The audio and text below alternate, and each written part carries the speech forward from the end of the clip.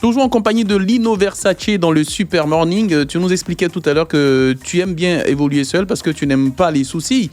Mais il est vrai qu'au début, tu étais avec les autres, tu étais à fond avec les autres, tu partageais avec les autres. Et même ton staff, quand tu as sorti ton premier album, ton staff était très étoffé. Alors aujourd'hui, on te voit seul. Je pense que c'est ce que Gliss essaie de dire.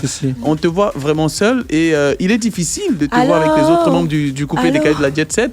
On les voit parfois, eux, 2, 3, ils échangent entre eux. Mais toi, tu es dans ton coin Est parce que c'est sur toi que tout le monde marche, parce que tu parlais du fait qu'il y a des gens qui veulent marcher sur les autres. Est-ce que la compétition fait que dans un mouvement musical, on ne s'entend pas?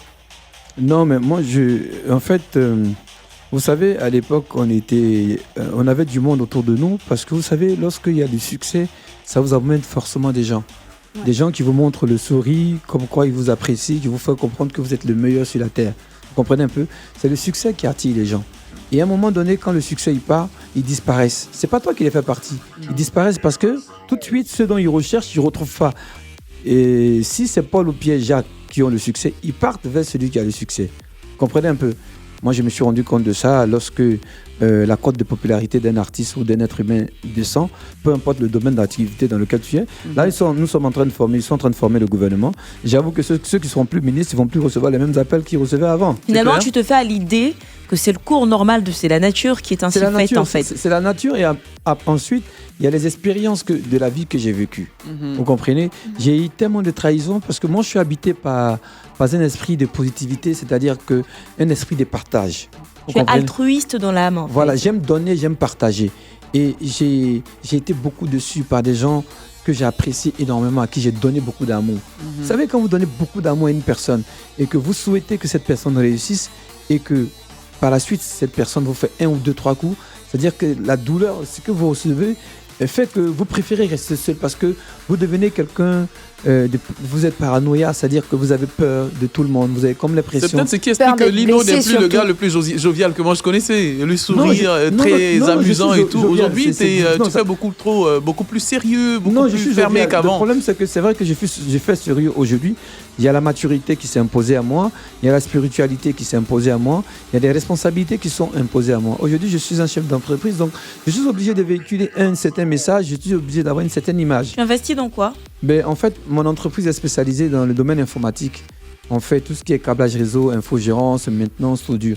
Ma boîte en France, c'est Asia Ingénierie Informatique. C'est les études de ça que tu avais faites en fait en France? Non, j'ai pas fait d'études de ça en France. En France, je suis pas parti pour les études.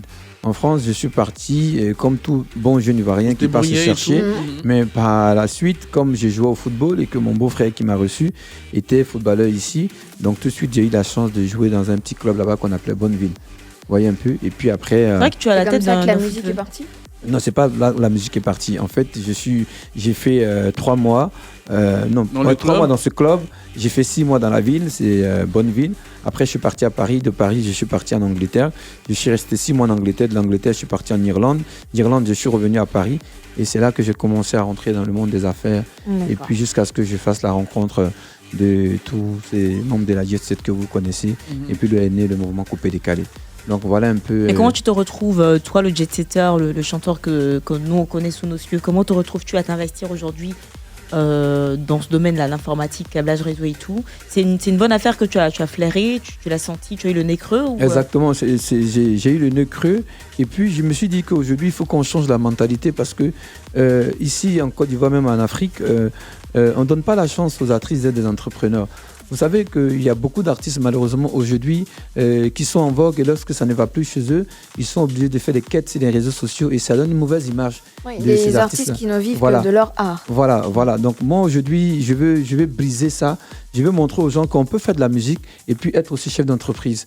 Parce que derrière, nous sommes des modèles, nous sommes des gens que les gens regardent beaucoup. Donc nous devions faire attention à ce qu'on dit et à ce qu'on fait. Ta démarche est plus dans le fait que tu inspires beaucoup de gens, des générations et tout. Et je trouve ça très bien. En parlant d'inspiration, tu parlais tout à l'heure également de spiritualité.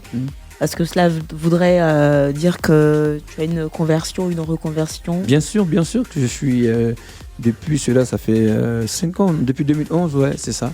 Donc ça va faire 6 ans bientôt que tu es pasteur? Enfin, que je ne suis pas pasteur, mais que je suis chrétien. Et du coup, ça me fait marcher dans une certaine direction.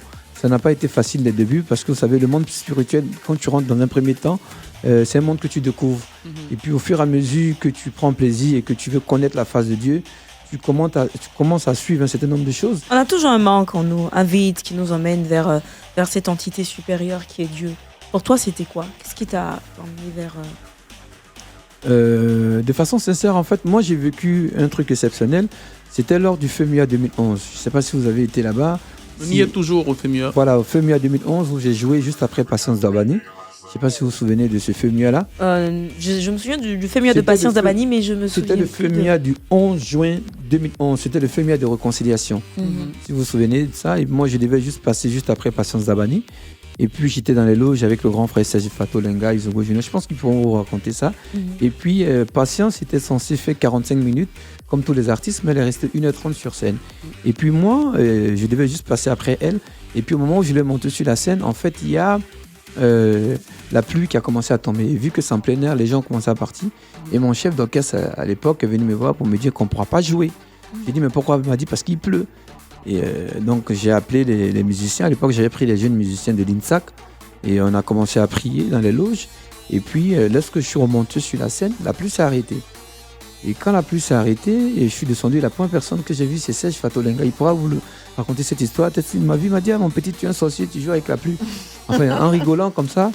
Et puis, on est passé à autre chose. Et puis après, moi, le soir, quand je suis rentré chez moi, je dormais tard dans la nuit. Et puis, en fait, je partais aux toilettes, puis je suis tombé sur une image. Mais en fait, c'est une image qui a duré 1 à 2 minutes. C'était comme un cheval blanc que je voyais avec les ailes, en fait. Mais ça, c'est tard dans la nuit. Et en fait, quand je me suis réveillé, j'avais comme l'impression que je devais chercher Jésus. Et puis, c'est à partir de là que je suis parti à Paris. J'expliquais, comme je vous explique, à une amie. Elle m'a envoyé dans une église, une amie chanteuse qui s'appelle Sly. Elle m'a envoyé dans une église. Oui. Et je suis parti. Et je suis arrivé, la première fois, ils ont commencé à prier, je suis tombé. D'après eux, j'ai pleuré. Bon, moi, je ne savais pas de quoi il s'agissait. Et quand je suis réveillé, ils m'ont expliqué. Et puis, bon, j'ai commencé ma vie spirituelle petit à petit. Donc, j'étais un petit chrétien jusqu'à ce que j'arrive à ce niveau. Et ça a changé beaucoup de choses dans ta vie. Ça a changé beaucoup de choses. Aujourd'hui, je ne bois plus d'alcool. C'est ton témoignage, ça, en fait. Voilà, c'est mon témoignage. Et tu ne bois plus d'alcool? C'est important, ça. Je ne bois plus d'alcool depuis quoi? Depuis 4 mois. Tu ne fumes plus? Voilà. Non, je n'ai jamais fumé, par contre. Voilà. Et puis, bon, les virils nocturnes, j'ai arrêté. Plus de relations... Par contre, je suis dans l'obligation souvent quand j'ai des prestations dans les boîtes de nuit. Et il y en a qui disent non, mais c'est pas compatible la musique que tu fais avec la spiritualité. J'ai dit justement, je suis d'accord avec vous, mais moi je suis pas Dieu, je ne peux pas décider de ce que je dois devenir. C'est Dieu qui décide de ce que je dois devenir. Donc chaque chose a son temps. Moi aujourd'hui, j'occupe des responsabilités dans mon église. À l'époque, j'étais un bébé chrétien, comme on le dit. Aujourd'hui, je suis responsable du groupe d'intercession. Il fallait 6 ans après. Donc, je me dis que le temps viendra. Si je dois sortir dans ce domaine de musique du monde, c'est Dieu qui fera. Ok, on va écouter une de tes chansons dans cette émission. Et après, on revient. Merci. À tout de suite. Merci.